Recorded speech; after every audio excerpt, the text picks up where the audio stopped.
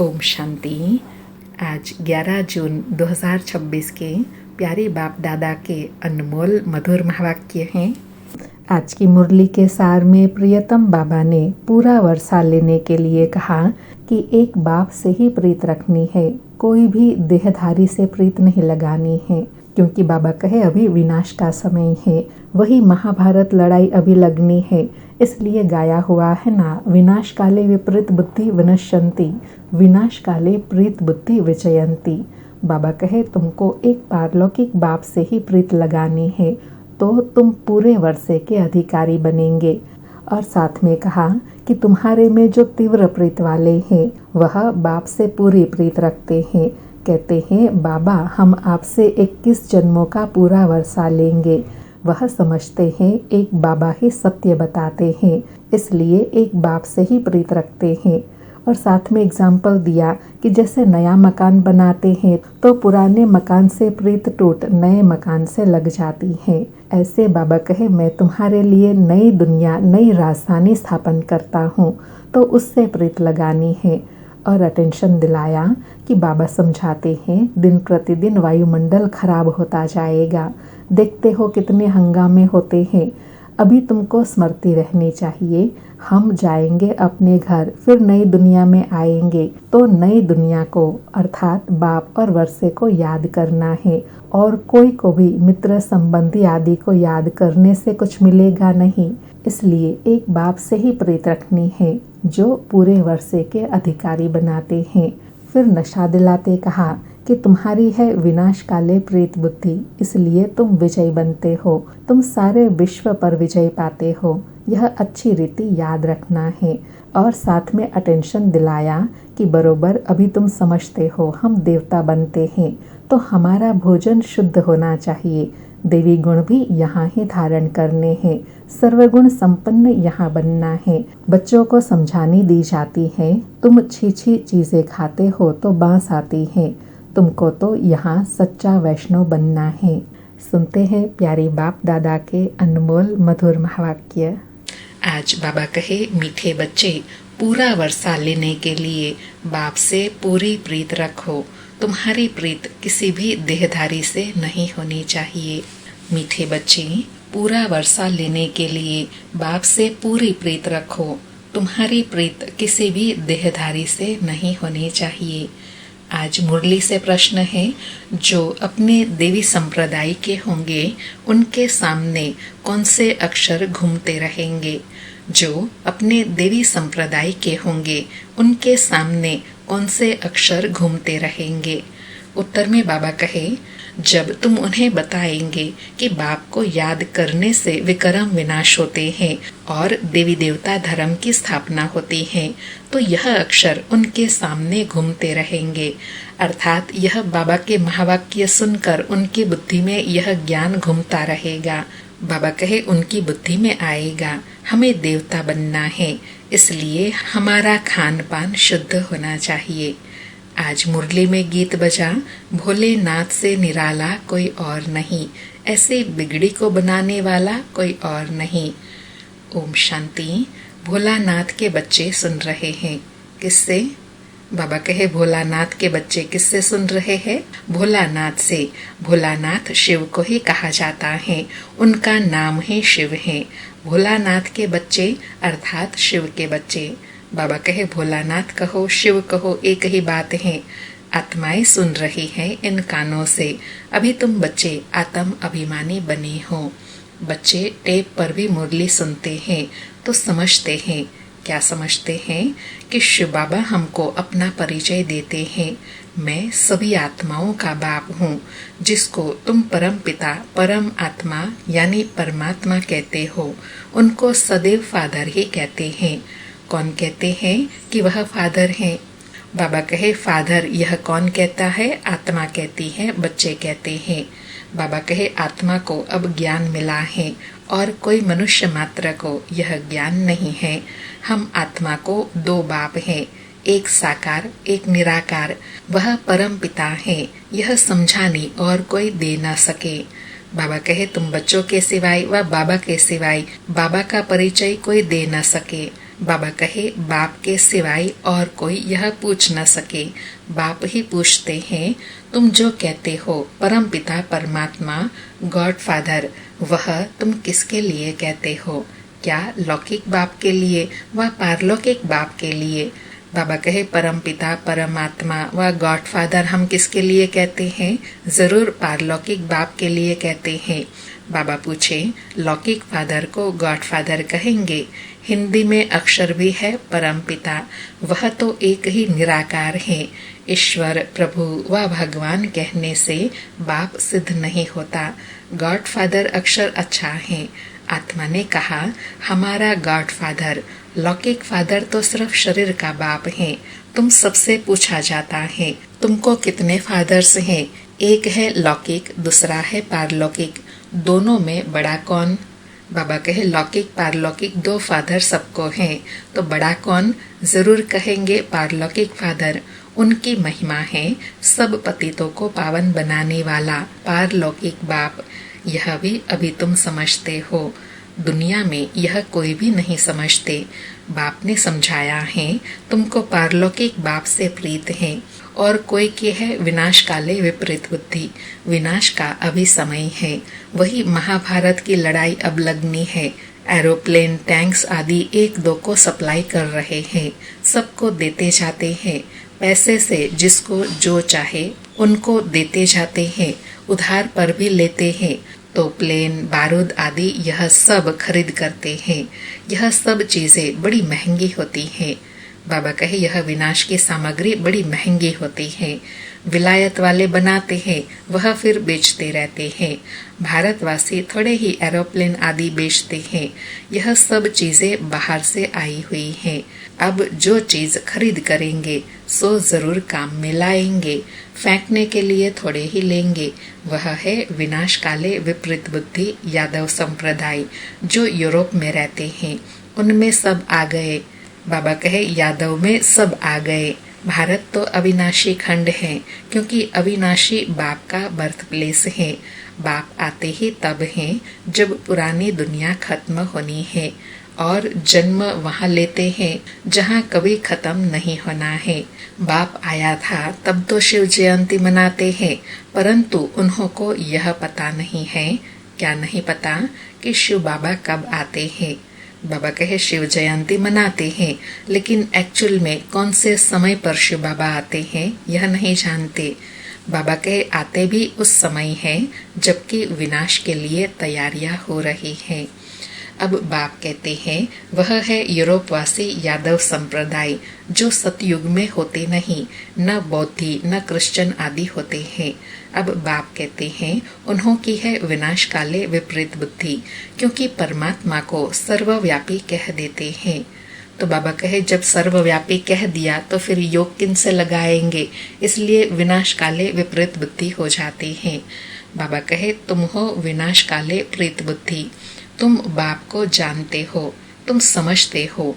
हमने 84 जन्म लिए हैं, 84 जन्मों में पाप आत्मा तमो प्रधान बन गए हैं।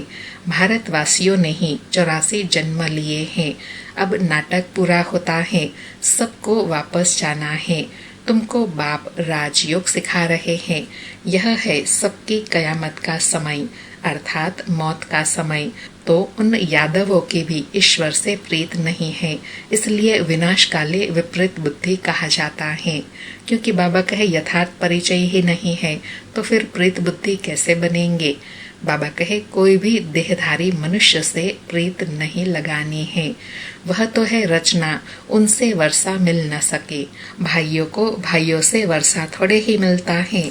यह तो अच्छी रीति से समझाया है, तुम बच्चे अभी समझते हो। क्या समझते हैं कि उनकी है विनाश काले विपरीत बुद्धि और तुम्हारी है प्रीत बुद्धि।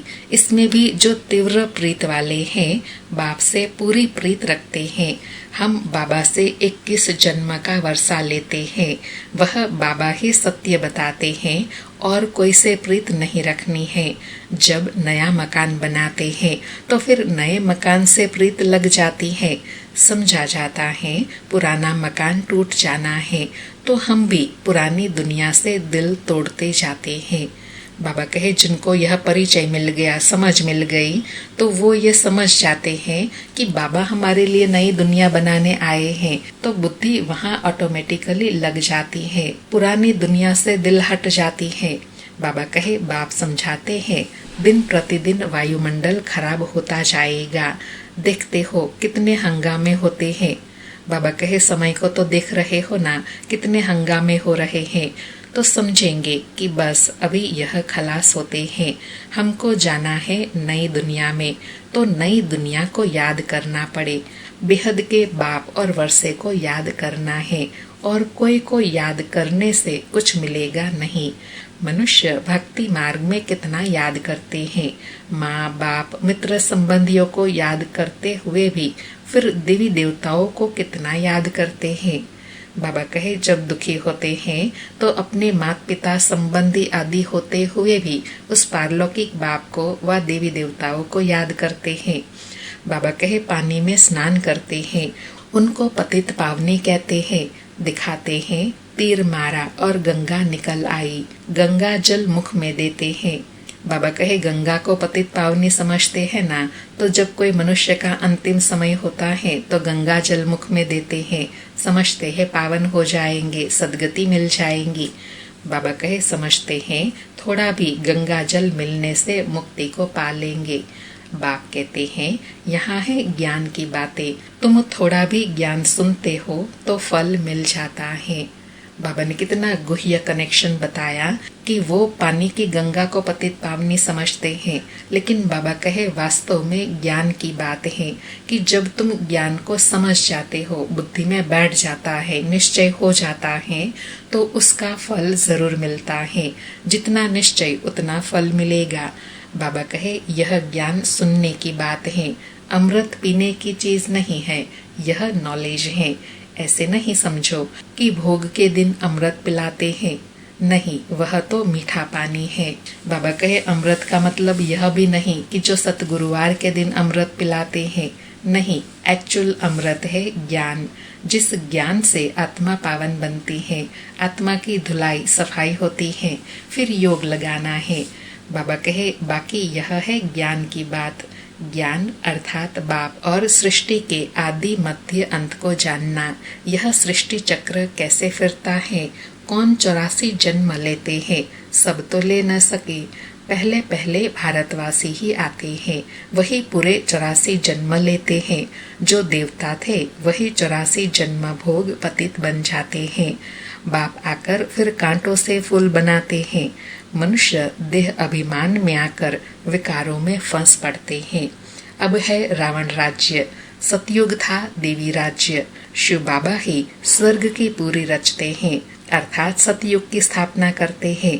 सूर्यवंशी लक्ष्मी नारायण का राज्य था, अभी तुम जानते हो स्थापना हो रही है। तुम्हारी विनाश काले प्रेत बुद्धि है, इसलिए विजयी है। अर्थात बाबा कहे अंतिम समय में तुमने बाप को पहचान लिया, उनके साथ तुम्हारा बुद्धि का योग है, इसलिए तुम्हारी विजयी है। बाबा कहे सारे विश्व पर तुम विजय पाते हो, यह अच्छी रीति याद रखना है। क्या याद रखना है? कि हम प्रीत बुद्धि ही सारे विश्व पर विजय पाते हैं। कौन? जो प्रीत बुद्धि है। बाबा कहे हम भारतवासी जो अभी कलयुग में हैं, सो भी बदलकर स्वर्ग में जाएंगे, पुरानी दुनिया को छोड़ना है। यह विकारी संबंध, इसको बंधन कहा जाता है। तुम विकारी बंधन से निकल निर्विकारी संबंध में जाते हो, फिर दूसरे जन्म में तुम विकारी बंधन में नहीं आएंगे। बाबा कहे सतयुग में जाएंगे ना निर्विकारी संबंध में, तो फिर 21 जन्म निर्विकारी ही रहेंगे, फिर कोई विकारी बंधन नहीं होगा वहाँ पर। बाबा कहे वहाँ है ही निर्विकारी संबंध, इस समय आसुरी बंधन है। आत्मा कहती है हमारी शिव बाबा से प्रीत है, तुम ब्राह्मणों की प्रीत है, क्योंकि यथार्थ रीति जानते हो। बाप को, सृष्टि चक्र को जान तुम औरों को समझाते हो। जितना जो औरों को समझाएंगे तो बहुतों का कल्याण करेंगे। जो जास्ते समझते हैं वही होशियार हैं, ऊंच पद भी वही पाते हैं। अर्थात बाबा कहे जो ज्ञान युक्त योग युक्त आत्मा है, उनको ही होशियार कहेंगे, वही ऊंच पद पाते हैं। बाबा कहे सर्विस कम करते हैं तो पद भी कम पाएंगे। पतित तो सारी दुनिया है, हर एक को पतित से पावन होने का रास्ता बताना है और कोई उपाय नहीं है। बाबा कहे ऊंच पद पाने के लिए और कोई उपाय नहीं है। सर्विस करनी है, औरों को आप समान बाप समान बनाना है, सबको रास्ता बताना है। बाबा कहे याद से ही विकर्म विनाश होंगे। जो देवी संप्रदाय के हैं उनके सामने यह अक्षर जरूर गूंजेंगे। कौन से? कि जितना सर्विस करेंगे उतना ऊंच पद पाएंगे और जितना याद में रहेंगे उतना विकर्म विनाश होंगे। बाबा कहे समझेंगे यह तो ठीक बात है, बरोबर हम देवी देवता बनते हैं। हमारा भोजन भी शुद्ध चाहिए, देवी गुण भी यहाँ धारण करने हैं, सर्वगुण संपन्न बनना है। अभी तुम बन रहे हो। यह लक्ष्मी नारायण देवताएं हैं, इनको भोग लगाते हैं तो क्या सिगरेट आदि का भोग लगाते हैं? सिगरेट पीने वाला ऊंच पद पा नहीं सकता। अंडरलाइन। बाबा कहे सिगरेट पीने वाला अगर कोई बाबा का बच्चा है तो वह कोई ऊंच पद नहीं पा सकेगा। बाबा कहे यह कोई देवी चीज नहीं है। सिगरेट पिएंगे व लहसुन प्याज आदि खाएंगे तो और ही गिर जाएंगे। कहते हैं यह छोड़ने से तबीयत खराब हो जाती है। बाबा कहते हैं शिव बाबा को याद करो। इसलिए बाबा कहते हैं ना, याद से तुम एवर हेल्दी वेल्दी बनते हो। तो याद में जास्ती रहने से तबीयत भी खराब नहीं होंगी, हेल्दी रहेंगे। बाबा कहे यह आदतें छोड़ दो तो तुम्हारी सदगति होंगी। सिगरेट की आदत तो बहुतों में रहती है, समझाने दी जाती है। देवताओं को कभी भी यह भोग नहीं लगाया जाता। बाबा के एग्जाम्पल के रूप में बाबा समझाते हैं कि देवता बनना है तो देवताओं का जो भोजन है वह भोजन हमें खाना है, अर्थात शुद्ध पवित्र भोजन खाना है, क्योंकि देवताओं को शुद्ध पवित्र भोजन का ही भोग लगाया जाता है। तो हम होवनहार देवताएं हैं, इसलिए शुद्ध भोजन खाना है। बाबा कहे तो तुमको इन जैसा लक्ष्मी नारायण जैसा यहाँ ही बनना है। तुम छीछी चीजें खाते रहेंगे तो वह बांस आती रहेंगी। सिगरेट व शराब पीने वालों से दूर से ही बांस आती है। तो तुम बच्चों को देवी गुण धारण करने हैं, वैष्णव बनना है, अर्थात पवित्र शुद्ध बनना है। बाबा कहे जैसे विष्णु की संतान है, तुम विष्णु अर्थात देवी संतान बनते हो। यहाँ तुम ईश्वरीय संतान हो संगम पर। यह तुम्हारा सर्वोत्तम जन्म है, देवताओं से भी उत्तम तुम हो। बाबा कहे तुम औरों को भी उत्तम बनाने वाले हो। यह है बेहद के बाप की मिशनरी। क्रिश्चियन लोगों की मिशनरी होती है ना, अपने क्रिश्चियन धर्म में बहुतों को कन्वर्ट करते हैं। यह है ईश्वरीय मिशनरी। तुम शूद्र से ब्राह्मण धर्म में कन्वर्ट हो, फिर देवता धर्म में कन्वर्ट हो जाते हो। तुम बच्चे जानते हो हम शूद्र से अब ब्राह्मण बने हैं। तुम जीते जी मरे हो, फिर जाकर देवता बनेंगे। गर्भ से जन्म मिलेगा। यहाँ तुमको बाप ने धर्म का बच्चा बनाया है, धर्मात्मा बनाने। अंडरलाइन। बाबा कहे संगम पर तुम बच्चों को धर्म का बच्चा बनाया जाता है, धर्मात्मा बनाने के लिए। बाबा कहे बाप ने तुमको अपना बनाया है, बच्चों को बाप सिखलाते हैं, ब्राह्मण से फिर देवता बनाते हैं। यह मनुष्य लक्ष्मी नारायण कितने ऊंचे हैं, इनमें सब देवी गुण हैं। जब तुम आत्मा पवित्र बन जाएंगी तो फिर शरीर भी पवित्र चाहिए। पुराने शरीर को खत्म होना है, फिर तुमको शरीर नया सतो प्रधान चाहिए। सतयुग में 5 तत्व भी सतो प्रधान बन जाएंगे। बाप कहते हैं तुम शूद्र वर्ण में थे, अब फिर ब्राह्मण वर्ण के बने हो, फिर देवी वर्ण में आएंगे। 84 जन्म लेंगे ना, ब्राह्मण वर्ण को गुम कर दिया है। अब बाप शूद्र से ब्राह्मण बनाई, फिर देवता बनाते हैं। अब तुम ब्राह्मण हो, छोटी बाजोली होती है ना, अभी ब्राह्मण है, फिर देवता क्षत्रिय वैश्य शूद्र, फिर ब्राह्मण बनेंगे। बाबा कहे बाजोली खेलते हैं ना, तो अभी ब्राह्मण है, फिर पूरा वर्ण अर्थात पूरा चक्र लगाई, फिर ब्राह्मण बनेंगे। जैसे बाजोली अर्थात गुलाटी खाते हैं तो सिर और पांव मिलते हैं ना, ऐसे बाबा कहे ब्राह्मण चक्र लगाई, फिर ब्राह्मण बनेंगे। बाबा कहे इनको चक्र कहा जाता है। अभी तुम ब्राह्मण वर्ण में हो, यह नॉलेज अभी है, फिर तो प्रारब्ध मिल जाएंगी, वहाँ सतयुग में सदा सुखी रहेंगे।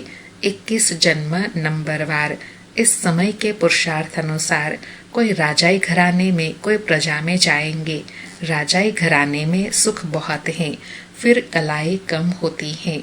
तुमको 84 जन्मों का ज्ञान मिला है, स्मृति आई है।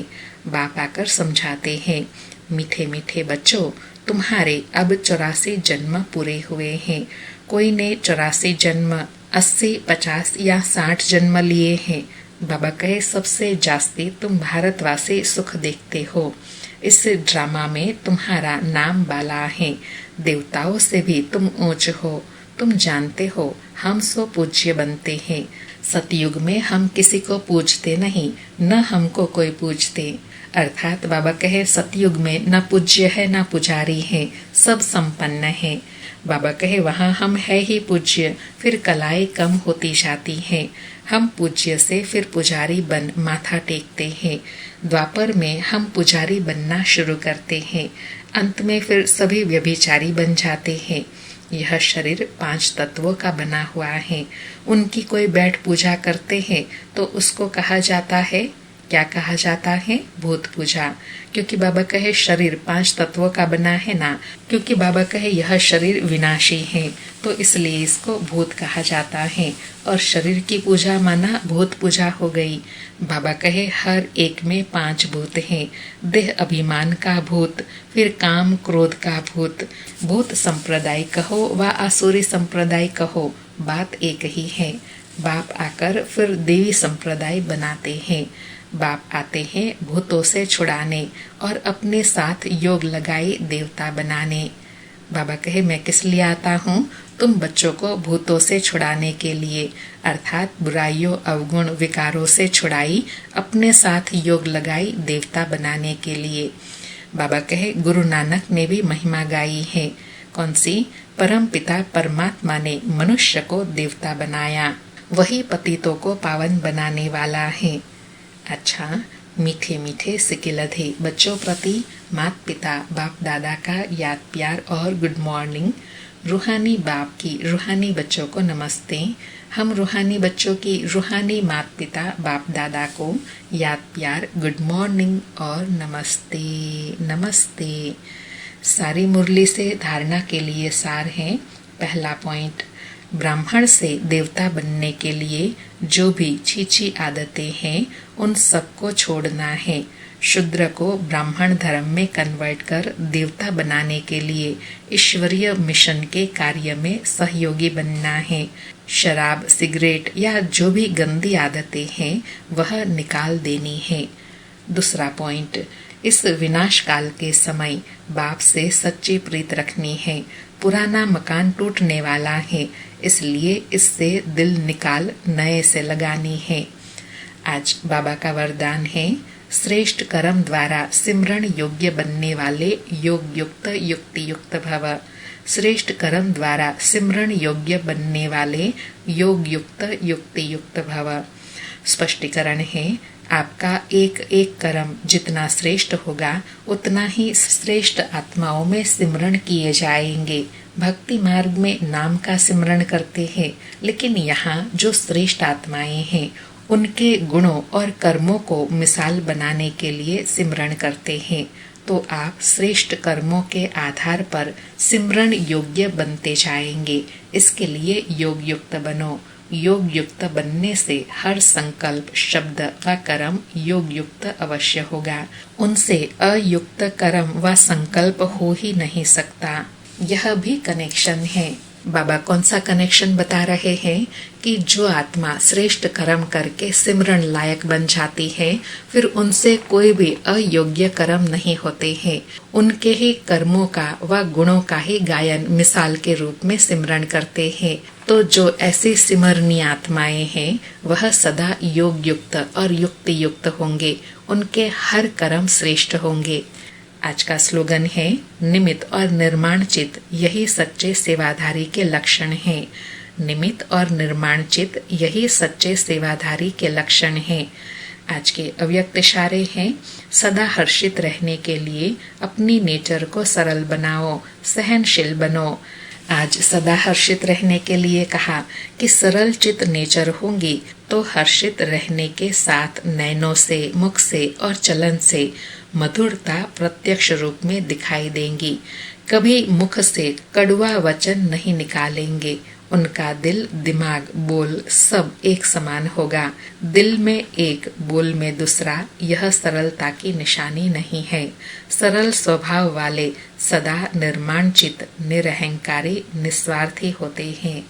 बाबा ने सरल स्वभाव को स्पष्ट किया कि सरल किनको कहेंगे? जिनका दिल, दिमाग, बोल सब एक समान होगा। जो दिल में है वही दिमाग में, और जो दिमाग में है वही बोल निकलेगा, वही कर्म होगा।